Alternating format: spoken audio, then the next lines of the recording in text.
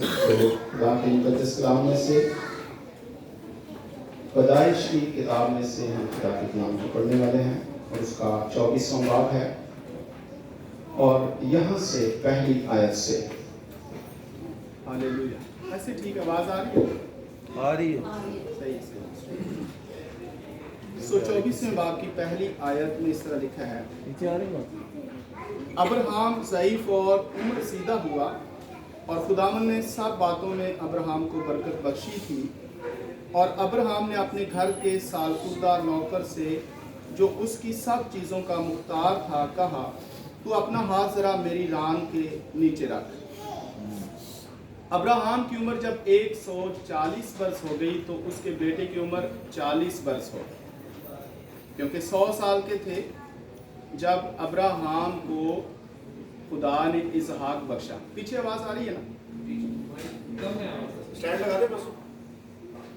हाँ, तो जब अब्राहम की उम्र 140 वर्ष हो गई तो उसके बेटे की उम्र 40 वर्ष हो गई। इसका मतलब है कि वो जवान हो गया और अब अब्राहम उसकी शादी करना चाहता था। और उसका एक नौकर था जिसका नाम अलीएजर था और ये दमिश्क का रहने वाला था। सही है। और ये सबसे पुराना नौकर था, ये भी ज़ईफ हो चुका था, बूढ़ा हो चुका था, इसके भी बाल सफ़ेद हो गए, दाढ़ी सफ़ेद हो गई, ये ज़ईफ हो चुका था।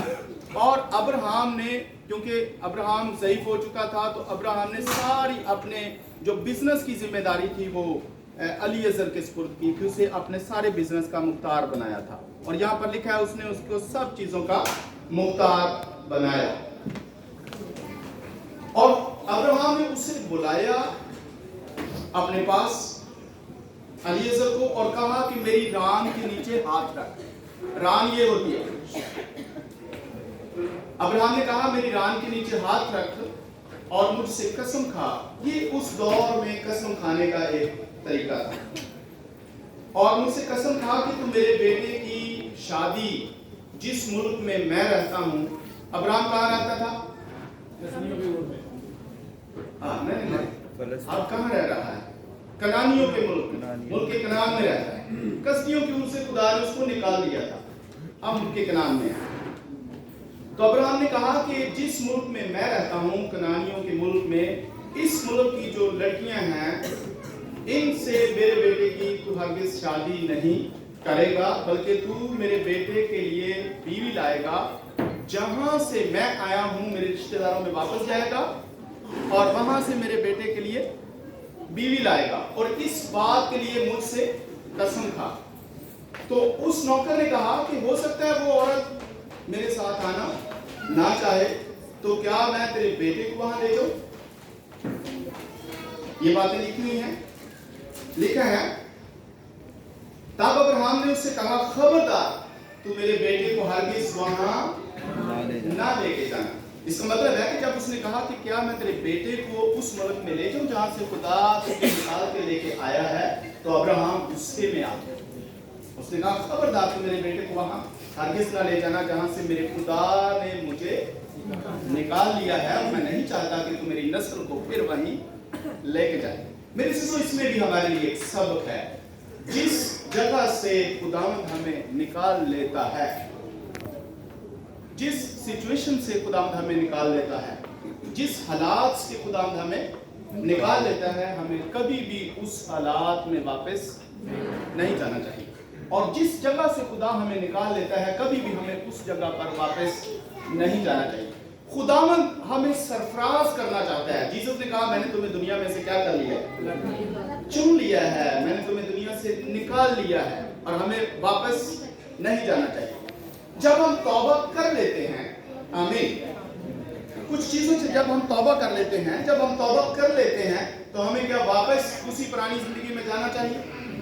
नहीं जाना चाहिए, क्योंकि हमने उन चीजों से तौबा की है और जरूर है कि हम उस मुकाम पर रहें जहां पर खुदा ने हमें लाकर खड़ा किया है। और चूंकि खुदा चाहता है कि हम वहां रहें जहां खुदा ने हमें रखा है, और फिर वो वहां हमें क्या करेगा? सरफराज करेगा। सो हमें कभी भी वापस नहीं जाना चाहिए। और यही अब्राहम ने उस नौकर से कहा। और अब्राहम ने कहा, खबरदार तुम मेरे बेटे को वहां हरगिज़ ना ले जाना। खुदावंद आसमान का खुदा जो मुझे मेरे बाप के घर से और मेरी जात बोन से निकाल लाया और जिसने मुझसे बातें की और कसम खाकर कहा कि मैं तेरी नस्ल को ये मुल्क दूंगा, वही तेरे आगे आगे अपना फरिश्ता भेजेगा। आमीन। मेरे अजीजों, जहां खुदा चाहता है कि हम रहें, वहां खुदा अपने फरिश्ते भी हमारे साथ भेजता है। आमीन, आमीन।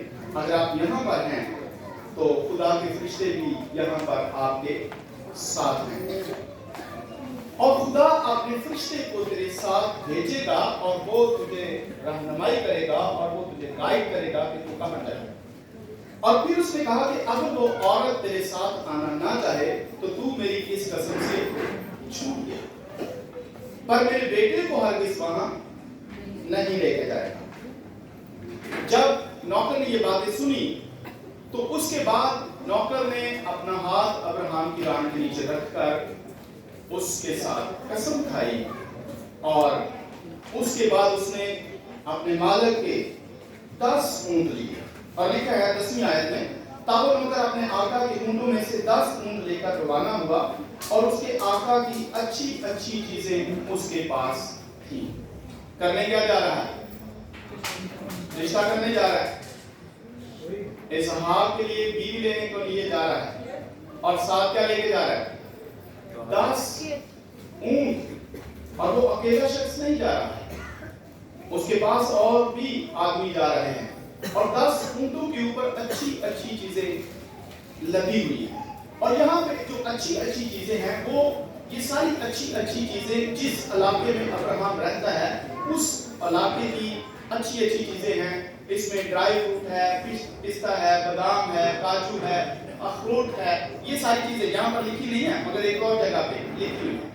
तो ये सारी चीजें ऊंटों के ऊपर लदी हुई हैं और उसके साथ कीमती कपड़े हैं और फिर जेवरात भी हैं।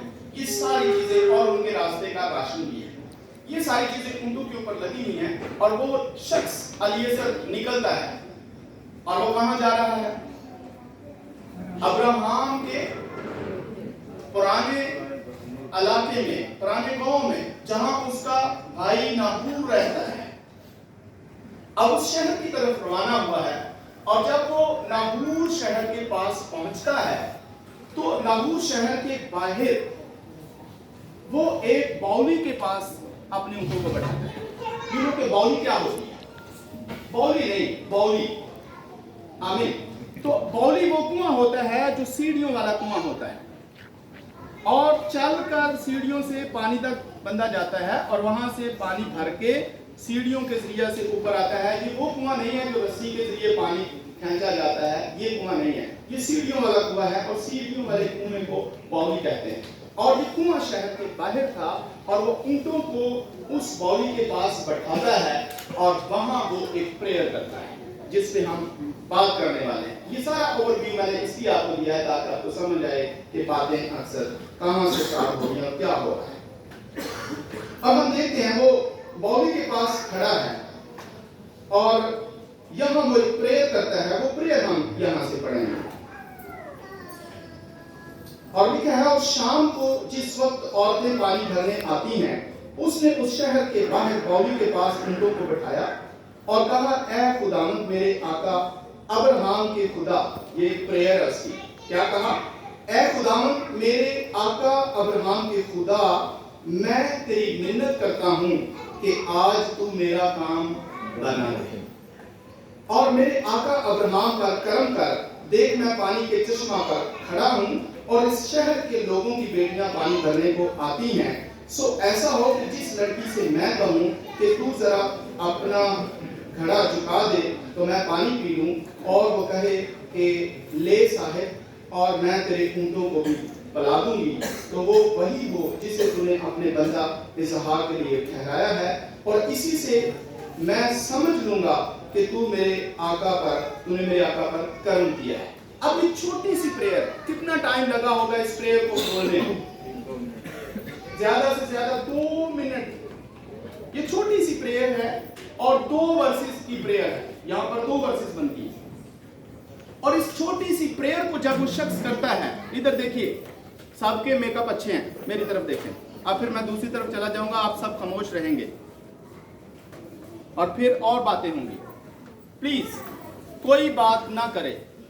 मुझे खुदा का कलाम सुनाते हुए सबसे ज्यादा रिस्पेक्ट खुदा के कलाम की होती है और ये याद रखें, इसको मैं फॉलो करता हूं। और वो शख्स जब बाउली के पास खड़ा है और खड़ा हुआ अपने दिल के अंदर प्रेयर करता है, उसके साथ जो साथी हैं वो 10 लोग उसके साथ हैं। जब वो प्रेयर कर रहा है तो वो अपने दिल के अंदर प्रेयर करता है और उसकी प्रेयर को कोई शख्स नहीं सुन रहा है। कहां करता है? अपने दिल के अंदर। ये उसकी प्रेयर उसके दिल के अंदर है। अगर आप इसको पूरा इसका चैप्टर पढ़ेंगे आपको समझ आएगी वो कैसे प्रेयर करता है। वो अपने दिल में प्रेयर करता है, उसके साथ जो साथी हैं वो उस प्रेयर को सुनते नहीं है, मगर कौन सुन रहा है? खुदा सुन रहा है। और ये प्रेयर जो उसने की कि ए अब्राहम के खुदा, आज तू मेरा काम बना दे और जिस मकसद के लिए मैं आया हूं। और जब वो औरतें, इस शहर की औरतें पानी भरने के लिए यहाँ आए और जिससे मैं कहूं कि तू मुझे जरा पानी पिला दे, और जब वो मुझे पानी पिलाए तो उसके बाद वो खुद से बोले कि मैं तेरे ऊंटों को भी पानी पिला दूंगी। और इससे मुझे समझ आ जाएगी, इससे मुझे पता चल जाएगा कि मेरा जो मकसद था वो पूरा हो गया। लिहाजा जब वो प्रेयर कर रहा है, गौर से सुनिएगा, ये सबसे अहम पॉइंट है जो मैं आपको बताना चाह रहा हूं। इसके बाद आप प्रेयर करेंगे, मैं आपको कुछ गवाहियां दूंगा। और ये शख्स जब प्रेयर कर रहा है, यहां खामोशी के साथ खड़ा जब ये प्रेयर करता है, तो उसी वक्त खुदा का रूह रिबका के घर में कुछ काम करता है। आमीन। रिबका के घर में काम क्या करता है? रूह कुछ काम करता है, क्योंकि औरतें पानी भरने के लिए आएंगी तो तब ये किसी को बोलेगा। अब जिस औरत को इसने बोलना है उसके घर से पहले पानी को खत्म करवाना है तो पानी भरने आएगी। हो सकता है उसके घर में पानी हो सकता है उसके घर में पानी हो और वो पानी किसी ना किसी तरह रूह कुछ ने यूज करवाया। हो सकता है उन्होंने कपड़े वॉश कर लिए हों, किसी ने नहा लिया हो, या जानवरों को पानी पिला दिया हो, या उन्होंने बर्तन वॉश कर लिए हो, लेकिन पानी किसी ना किसी तरह खुदा के रूह ने उस घर से पहले खत्म करवाया। वो क्यों खत्म करवाया? क्योंकि ये शख्स ये प्रेयर कर रहा था कि औरतें पानी भरने के लिए आएंगी और जिससे मैं कहूंगा, जब वो मुझे पानी पिलाएगी और बोलेगी और मैं समझ जाऊंगा कि ये खुदा का मंसूबा जिस मकसद के लिए मैं आया हूं और मेरी प्रेयर का जवाब क्या हुआ, मुझे मिल गया है। लिहाजा खुदा ने यहां ये शख्स जब प्रेयर करता है तो एंड टाइम पर उसी वक्त घर के अंदर रूह कुछ कोई काम कर रहा है। और रूह कुछ ने क्या काम किया कि उस घर में जो पानी था, जो रिबका के घर में पानी था, उसको किसी तरह उस पानी को खत्म करवाया। और आप देखें कि हुआ क्या।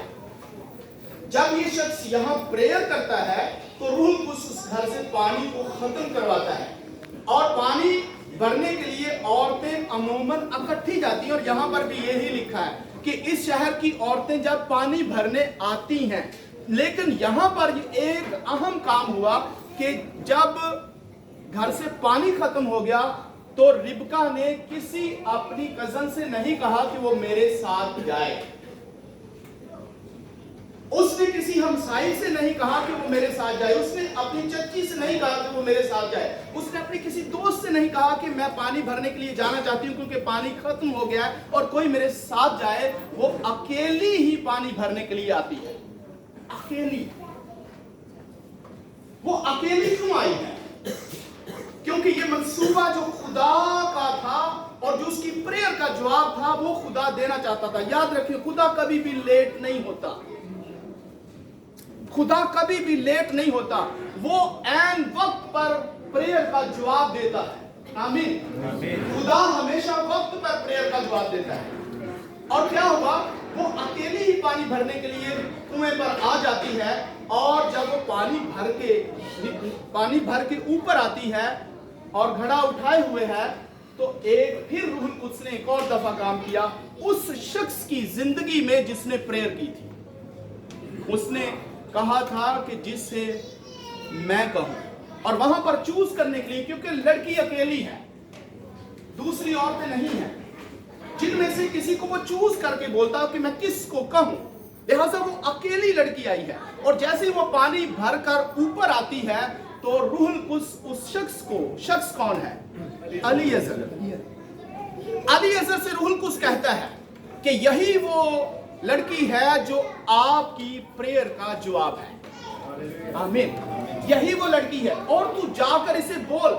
रूहुल कुछ उसे अंदर से मजबूर करता है, रूहुल कुछ उसको अंदर से ये एग्री करता है, रूहुल कुछ उसको अंदर से तैयार करता है कि तू इसी लड़की को जाके बोले कि वो तुझे पानी पिलाए। हालांकि वो लड़की अकेली पानी भरने के लिए आई है और रूहुल कुछ ने अलीएज़र को तैयार किया और वो भाग कर जाता है। इसका मतलब है वो दूर खड़ा है और ये वर्सेस लिखी हुई है। और फिर वो भागकर उस लड़की के पास गया और अलीएज़र को रूहुल कुछ ने तैयार किया। और जब रूहुल कुछ ने अलीएज़र को तैयार किया, वो भागकर उस लड़की के पास जाता है और नहीं जानता कि ये लड़की कौन है। क्या जानता था? वो दूसरे मुल्क से आया है और अब्राहम ने इसे कहां भेजा था? मेरे रिश्तेदारों के पास जाना। कहां भेजा? क्या ये जानता है कि उसके रिश्तेदार हैं? नहीं जानता। अब्राहम ने उसे कहा था तू मेरे रिश्तेदारों के पास जाना, पर वो तो कुएं के पास खड़ा है। वो ये नहीं जानता था कि रिबका उसके रिश्तेदारों में से है या नहीं, पर खुदा जानता था जिसके सामने उसने प्रेयर की थी। आमीन। अब वो लड़की भी नहीं जानती थी कि ये अब्राहम का नौकर है, क्योंकि वो अजनबी शख्स है उसके सामने, और लड़की अब्राहम के नौकर के सामने अजनबी है। ये दोनों ही एक दूसरे के लिए अजनबी है, पर अब्राहम ने उसे अपने रिश्तेदारों के पास भेजा था। अब ये लड़की है तो अब्राहम के रिश्तेदारों में से, पर वो नहीं जानता ये सारा काम रूहुल कुद्स ने किया है। आमीन। किसने किया? रूहुल कुद्स ने ये सारा काम किया, क्योंकि खुदा जानता है कि वो कौन सी प्रेयर कर रहा है और किस मकसद के लिए प्रेयर कर रहा है। और वो भाग कर जाता है और उस लड़की से कहता है जरा बेटा मुझे थोड़ा सा पानी पिला दे। और जैसे ही वो उसको बोलता है, उस लड़की ने उसकी तरफ देखा होगा कि मैं इसको जानती नहीं। हालांकि वो शख्स भी उसे जानता नहीं, लेकिन लड़की ने फौरन से घड़ा कंधे से नीचे अपने हाथों में लिया और उससे कहा साहिब पीछिए। अब जब वो पानी पी रहा था, पानी पीने के बाद अब वो वेट कर रहा है किस जुमले का, कि वो लड़की खुद कहे कि मैं तेरे ऊंटों को भी पानी पिलाऊं। लड़की को ये जुमला किसने बताया? ये तो जो उसके साथ लोग थे उन्होंने भी नहीं सुना। उसने तो प्रेयर अपने दिल में की है। आमीन। उसकी प्रेयर उसके दिल की प्रेयर है, किसी ने नहीं सुनी, पर ये जुमला वो अपने दिल में ही बोल रहा था कि खुदावंद वो लड़की मुझसे खुद कहे कि मैं तेरे ऊंटों को भी पानी। अब ये जुमला कहां था? ये उसके दिल से निकला, रूहुल कुद्स ने लिया। आमीन। ये अल्फाज उसके दिल से निकले और रूहुल कुद्स ने लिए, और रूहुल कुद्स ने सेम वर्डिंग उसके दिल में डाल दिया। आमीन। सेम वर्डिंग उसके दिल में डाल दी कि उसके दिल के अंदर से वही सेम अल्फाज निकले जो उसने बोले थे। रूहुल कुद्स हमेशा आपके अल्फाज लेता है जो आपके मुंह से निकलते हैं। आमीन। जो आपके मुंह से निकलते हैं खुदा की हुजूरी में, जो आपके मुंह से निकलते हैं खुदा के मस्सा में रहते हुए, जो आपके मुंह से निकलते हैं, जो आपके दिल से निकलते हैं खुदा के सामने और खुदा में रहते हुए, जो आपके मुंह से अल्फाज निकलते हैं, रूहुल कुद्स उन अल्फाज को लेता है और खुदा की हुजूरी में ले जाता है, और खुदा एंड टाइम पर रिटर्न करता है उस शख्स के लिए सेम वर्डिंग। और जब उसके मुंह से ये अल्फाज निकले कि वो लड़की खुद मुझसे कहे कि मैं तेरे ऊंटों को भी पानी पिला दूंगी, तो इससे मैं समझ जाऊंगा कि ये वही लड़की है जिसके लिए खुदा ने मुझे वहां से यहाँ पर भेजा है। और जब उसे पानी पिला लेती है और कहती है साहिब अब मैं तेरे ऊंटों को भी पानी पिला दूंगी, और ये रूहुल कुद्स ने उसके अंदर अल्फाज डाले थे और रूहुल कुद्स ही उसके अंदर से अल्फाज निकाल रहा था। आमीन। मेरे अजीजों, इस तरह खुदा काम करता है। और ऊंट कितने हैं? 10 ऊंट हैं। एक नौजवान लड़की 10 ऊंटों को पानी पिलाती है, और वो भी अजनबी शख्स के ऊंट हैं। वो क्यों पानी पिलाएगी उसे? वो उसे जानती नहीं है, वो दूसरे मुल्क से आया है, वो अजनबी है, लेकिन वो उसके 10 ऊंटों को पानी पिलाने के लिए तैयार हो गई है। वो क्यों ऐसा कर सकती है? वो क्यों ऐसा करेगी? पर ये सब कुछ रूहुल कुद्स उसके अंदर डाल रहा है। आमीन। ये सब कुछ रूहुल कुद्स खुदा उसके अंदर डाल रहा है कि वो ऐसा करे, और वो ऐसा करेगी। और 10 ऊंट, एक ऊंट कितना पानी पीता है? तकरीबन 2 मन पानी पीता है एक ऊंट। और यहाँ पर ऊंट कितने? मैं कहता हूँ अगर एक नौजवान लड़का भी होता 10 ऊंटों को पानी नहीं पिला सकता। 20 मन पानी बनता है। और वो एक लड़की है। और पानी ऐसे नहीं है कि यहाँ से भरकर ऐसे डालना है और नीचे जाना है कुएं में, वहां से पानी भर भर कर लाना है और हौज में डालना है। और 10 ऊंटों ने पानी पीना है। 20 मन पानी भरेगा। टाइम कितना लगेगा? वो तो पानी भरने के लिए आए घर से 1 घड़ा, और यहां आकर उसको 20 मन पानी भरना पड़ा है। और वो भी अजनबी शख्स के ऊंटों के लिए जिसको वो जानती नहीं है। मेरे अजीजों, ये सारा काम कौन कर रहा है? पर ये सारा काम खुदा क्यों कर रहा है? इसके पीछे प्रेयर है। आमीन। सारा काम कौन करवा रहा है? रूह कुद्स ने उसे ताकत दी, रूह कुद्स ने उसे जोर दिया, रूह कुद्स ने दिलेरी बख्शी, रूह कुद्स ने उसे एग्री किया, रूह कुद्स ने उसे तैयार किया कि वो पानी भरे और ऊंटों को पलाए, और उसने उसे ताकत बख्शी कि वो ऐसा कर सके। ऐसा कर नहीं सकती थी, पर ये सारा काम खुदा उससे करवा रहा है। मेरे चीजों, जब आप कमजोर होते हैं तो खुदा आपको ताकत बख्शता है, खुदा आपको जोर बख्शता है। और खुदा जब जोर बख्शता है तब ही हम कोई काम कर सकते हैं। और इस तरह उसकी प्रेयर का जवाब उसे मिल जाता है। मैं ये जानता हूं कि जब आप इस चीज को समझ जाएंगे, आप प्रेयर करना शुरू करेंगे और अपने मुंह से बोलना शुरू करेंगे, और आपकी जिंदगियों के काम होना शुरू हो जाएंगे। आपकी जिंदगियों के अंदर खुदा काम करना शुरू करेगा। लेकिन जब आप ईमान की बोली समझ जाएंगे, जब आप ईमान से बोलना शुरू करेंगे, जब आप बिलीव से काम करना शुरू करेंगे, बोलेंगे, खुदा की हुजूरी में आपके काम हो जाएंगे। आमीन, हालेलुया। और मैं देखता हूं कि जितने भी यहाँ पर प्रेयर्स वॉरियर्स हैं, प्रेयर करने वाले हैं, प्रेयर्स में जुटने वाले हैं, उनका ईमान एक प्रेयर के बाद जब उनका जवाब आता है तो सेकंड प्रेयर के बाद उनका ईमान और ज्यादा मजबूत हो जाता है, बढ़ जाता है। और खुदा कभी लेट नहीं करता। दानियल की प्रेयर का जवाब कितने दिनों बाद आया? कितने दिनों बाद? हाँ, उसी दिन। ध्यान से पढ़िएगा, लिखा है जिस दिन तूने दिल लगाया, जिस दिन तूने दिल लगाया उसी दिन तेरी बातें सुनी गई, और खुदा ने उसी वक्त उसका पैगाम भेजा था। 21 दिन के बाद नहीं भेजा था। ये बाइबल इस तरह लिखा हुआ है, जिस दिन तूने दिल लगाया, जिस दिन आप खुदा के साथ दिल लगाएंगे और खुदा के साथ बात करेंगे और प्रेयर करेंगे, द सेम टाइम पर आपकी प्रेयर का जवाब आएगा। आमीन, लेट नहीं होगा। और मैं आपको बताना चाहता हूं कि जब भाई ने मुझसे प्रेयर करवाई तो खुदा ने उसी वक्त बता दिया था मुझे कि इनका काम हो गया, लेकिन मैंने इनको नहीं बताया था। इनको नहीं बताया था। उसकी भी एक वजह है कि मैंने क्यों नहीं बताया। जबकि मैं 2 दिन परेशान रहा और रूह कुद्स मुझे कहता रहा कि तुझे बताना चाहिए और तुझे कहना है कि आप लोगों का काम हो गया है, लेकिन मैंने इनको नहीं बताया, क्योंकि ये मामला रिश्तेदारी का था। कोई और होता तो मैं फौरन बता देता। मैं समझदार बंदा, हिकमत खुदा ने मुझे दी, मैंने इनको नहीं बताया और इनका काम हो गया था। मैं एक गवाही अपनी देना चाहता हूँ। आप बैचलर किधर है? बैचलर इधर आओ, जल्दी से आओ, जल्दी। बैचलर 1.5 साल का था और ये छोटा बच्चा जब 1.5 साल का था, अब ये 5वीं क्लास का स्टूडेंट है। आमीन। और ये बहुत ज़बरदस्त स्टूडेंट है, इंटेलिजेंट है, अपनी क्लास में ज़बरदस्त है, जयका जी। और इसको हमने जॉगर लेके दिए। जब हमने इसको जॉगर लेके दिए तो वो बड़े लूज थे, क्योंकि माएँ अक्सर कहती हैं बड़े थोड़े बड़े लूज लेके दो, कपड़े लूज ले लेती हैं, जूते लूज ले लेती हैं। तो जॉगर लूज थे और हम बाजार गए, गालबन 1.5-2 घंटा हम बाजार में शॉपिंग करते रहे।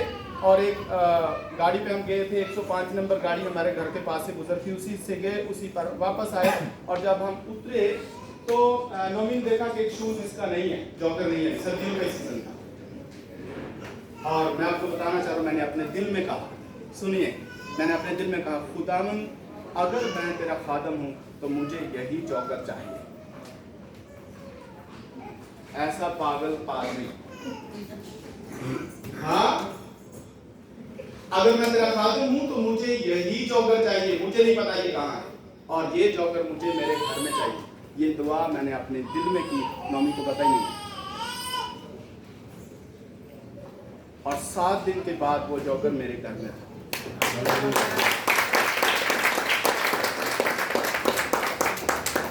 हम नहीं जानते वो कहाँ है, लेकिन जब हमारे घर में पहुंचा फिर हमने उसकी स्टोरी देखी को कैसे आया।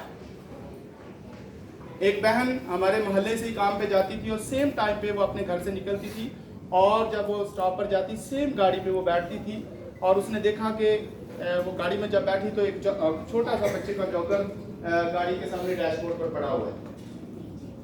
उसने देखा, दूसरे दिन फिर गई, ऐसा ही उसने फिर देखा, तीसरे दिन जब गई तो उसने कहा भाई ये जॉगर आपने क्यों रखा हुआ है, 3 दिन हो गए अब मैं देख रही हूँ, आ जा रही हूँ तो ये जॉगर पड़ा हुआ है।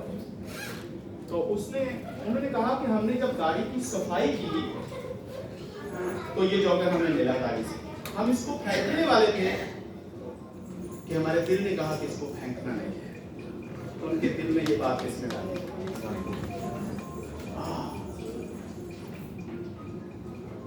खुदा के रूह ने, खुदा ने कहा, उनके जहन में बात डाली कि इसको फेंकना नहीं है।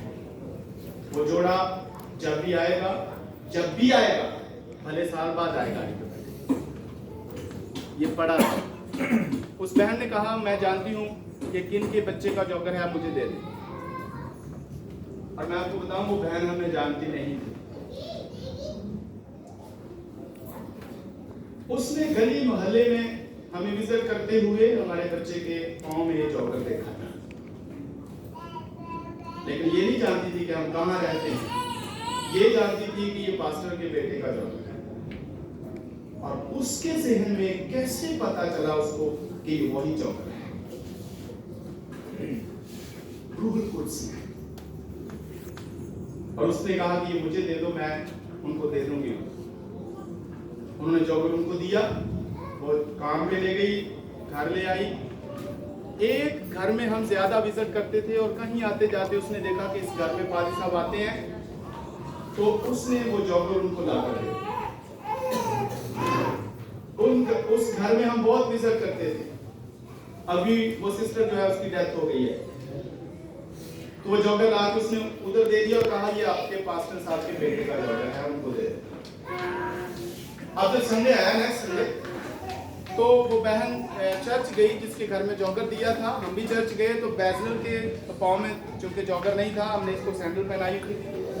तो उस बहन ने कहा कि इसको जॉगर नहीं पहनाया आप लोगों ने। हमने कहा एक जॉगर जो है वो घूम गया है, तो इसलिए हमने इसको सैंडल पहनाया। उसने कहा वो जॉगर मेरे पास आ गया।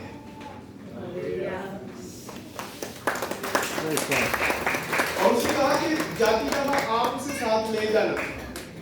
हम दोनों इकट्ठे चर्च से निकले, जब उसके घर के पास आए तो उसको भूल गया कि मैंने जॉगर देना है, हमें भी भूल गया हमने जॉगर लेके जाना है। अब नेक्स्ट बात मैं जो कर रहा हूं, क्योंकि मैंने कहा था वो जॉगर मुझे मेरे घर में चाहिए, इसलिए वो भी भूल गई, हम भी भूल गए, और शाम को वो जॉगर खुद से हमारे घर में लेकर आए। जब आप अपने मुंह से बोलते हैं, मस्सा में रहते हुए, खुदा की हजूरी में रहते हुए, तो आपके मुंह से निकले हुए वर्ड वापस नहीं आते, पूरे होते हैं। आमीन। और फिर मैंने मेरे चर्च में एक नई फैमिली आई, और उनका फर्स्ट डे था, फर्स्ट संडे वो हमारे चर्च में आए। फर्स्ट संडे हमारे चर्च में आए, और चर्च के बाद कहते हैं पास्टर साहब मेरे पास गाड़ी है, आप अपने बच्चों को लें, आज हम इनको लेके जाएंगे सैर करने के लिए, प्ले लैंड में लेके जाएंगे। इस्लामाबाद में बच्चों के लिए प्ले लैंड है, वहां पर लेके जाएंगे। मैंने मम्मी से कहा ये पहली दफा हमारे चर्च में आया ये शख्स, और आज ही हमें कह रहे हैं कि मेरे साथ चलो। अब हम उसको जवाब नहीं दे सकते कि क्या करें, इसको हाँ ना कर दें या हाँ करें, क्या करें, जाए या ना जाए। खैर मम्मी कहने लगी खैर कोई बात नहीं, आज संडे हम चले जाते हैं। चर्च के बाद उसने वो गाड़ी लेके आया, हम उसके साथ प्ले लैंड चले गए ग्राउंड में। तो वहां जाकर कहते हैं सर आप रिलैक्स रहें, मैं बच्चों का ख्याल रखूंगा। और शाम जब हो गई तो उसका अपना ही छोटा बच्चा लगभग 2-2.5 साल का था, वो ही नहीं था बच्चों में। और मैंने कहा आपका छोटा बच्चा किधर है बेटा आपका? तो उसके रंग उड़ गए, खौफजदा हो गया क्योंकि उसका बच्चा वहां नहीं था। और आप समझ सकते हैं कि माँ बाप के लिए कैसी बड़ी मुसीबत हुई, दुख, और वो बड़े परेशान हो गए, उसकी बीवी भी। फिर हम सब लोगों ने, मैं, नौमी और उसकी वाइफ और वो, हम सब लोगों ने उस ग्राउंड के अंदर गालिबन कोई 4 चक्कर लगाए भाग भाग कर, लेकिन बच्चा नहीं मिला। और रूहुल कुद्स ने, मैं फिर एक दफा वही बात की, खुदा अगर मैं तेरा खादिम हूं तो मुझे यही बच्चा चाहिए, कहां है हमें नहीं पता। ये शख्स क्या बोलेगा, ये कैसा खादिम है? फर्स्ट टाइम मैं इसके चर्च आया हूं और फर्स्ट टाइम इसके साथ हम बच्चों को बाहर ले गए और पहले ही दिन मेरा बच्चा गुम हो गया, ये किस तरह का खादिम है? तो ये बच्चा मिल रहा है। मैं आपको बताऊं कि रूहुल कुद्स ने मुझे गेट की तरफ धकेल दिया कि बाहर जाके खड़े हो जाओ, और 10 मिनट के अंदर वो बच्चा कोई जोड़ा बाहर से अंदर लेके आ रहा था और खुदा ने मुमकिन किया उसका बेटा मिला। जब आप अपने मुंह से बोलेंगे, लेकिन बोलना ठीक है, दुरुस्त रहे, ठीक बोले, आपकी जिंदगी में काम होगा। मैंने अपने चर्च में ये मैसेज दिया। मेरे चर्च का एक एल्डर है और उसने अपने रिश्तेदारों को बैठाने के लिए जाना था स्टॉप पे। उसने नई बाइक किसी की ली और उनको बैठा के गाड़ी में, तो जहाँ उसने बाइक खड़ी की थी लॉक कर दी। उसके बाद जब वापस आया तो उसके पास चाबी नहीं थी। अब वो परेशान था कि ये बाइक भी किसी की है और चाबी भी मेरे पास नहीं है, अगर मैं इसका ताला कटवाता हूँ या तोड़ता हूँ तो लोग कहेंगे इसकी बाइक नहीं है। तो वो बड़ा परेशान हो गया। फिर जाके गाड़ी में रिश्तेदारों के पास गया और उनको कहा कि अपने बैग चेक करो, कहीं आपके बैग में चाबी ना हो गाड़ी की। तो कहने लगे कि नहीं हमारे पास नहीं है। कहता है इसके बावजूद मैंने उनके सारे बैग तलाश किए, 2-3 चक्कर लगाए, लेकिन चाबी कहीं नहीं मिली। कहता है मैंने फिर यही मैसेज जो सुना हुआ था इसको अप्लाई किया और कहता है खुदावंद मुझे बाइक की चाबी चाहिए, मैं नहीं जानता था। और कहता है जब मैं बाइक के पास वापस आया तो एक बाइकिया वहां खड़ा था और वो कहता है उसने मुझे पूछा कि आप कुछ परेशान लग रहे हो, जाना कहीं तो आओ मैं आपको छोड़ के आता हूँ। कहते नहीं यार मेरी तो ये बाइक खड़ी है लेकिन इसकी चाबी गुम हो गई। और वो शख्स कहने लगा ये अभी अभी मैंने चाबी उठा के ये रखी है, देखो आपकी बाइक की है। कहता है मैंने जाके देखा, चाबी को उठाया, वो मेरे बाइक की चाबी थी। किस तरह खुदा ने उस शख्स को उसकी बाइक के साथ खड़े रखा, जाने नहीं कहीं दिया उसको, और उसने चाबी उठाई और सामने रखी और उधर ही खड़ा है, कहीं नहीं गया। हिफाजत करता है खुदा, आमीन। वो आपकी जान की, माल की हिफाजत करता है, लेकिन जब आप उससे बोलेंगे मेरे जान की, मेरे माल की हिफाजत करें। इस तरह की बहुत सी गवाहियां मेरी जिंदगी में है। मैं आपको बता देना चाहता हूं, अगर मैं कमरा बंद करके बैठ जाऊं, मेरा ये बिलीव है, और उस कमरे से मेरी जरूरत पूरी हो जाए। और मैंने ऐसे देखा है अपनी जिंदगी में। मैं कभी इसलिए परेशान नहीं होता क्योंकि मेरा खुदा जिंदा है, आमीन, और मेरा बाप जिंदा है। कमरा बंद करके बैठ जाऊंगा, वहां से मेरी जरूरत पूरी होगी, और होती है। इसलिए कभी परेशान ना हो, आप खुदा से बोलेंगे, आपकी जिंदगी में काम होगा। इसलिए बोलें और काम होगा। पतरस कैद में था तो कितने दिनों बाद प्रेयर की जवाब आया था? उसी दिन, उसी वक्त। पौलुस और सिलास कैद में थे तो कितने देर बाद जवाब आया था? उसी वक्त। और लोग कहते हैं लगे रहो, वो दुआ का जवाब आएगा, लगे रहो। खुदा की तरफ से कभी लेट नहीं होता, द सेम टाइम आपकी प्रेयर का जवाब आता है। लेकिन आपका पीछे डीप और आपका खुदा के साथ जो ताल्लुक है वो जबरदस्त होना चाहिए। इसलिए जो कुछ भी आप खुदा से मांगेंगे, जीसस ने कहा जो कुछ मेरे बाप से, मेरे नाम से मांगोगे यकीन कर लो। आमीन। क्या लिखा? यकीन कर लो कि तुमको मिल गया। जो कुछ मांगोगे यकीन कर लो तुमको मिल गया है। बोलो और यकीन के साथ पाओगे वो सब कुछ जो खुदा की हुजूरी में बोलो। आमीन। God bless you, thank you so much. खुदा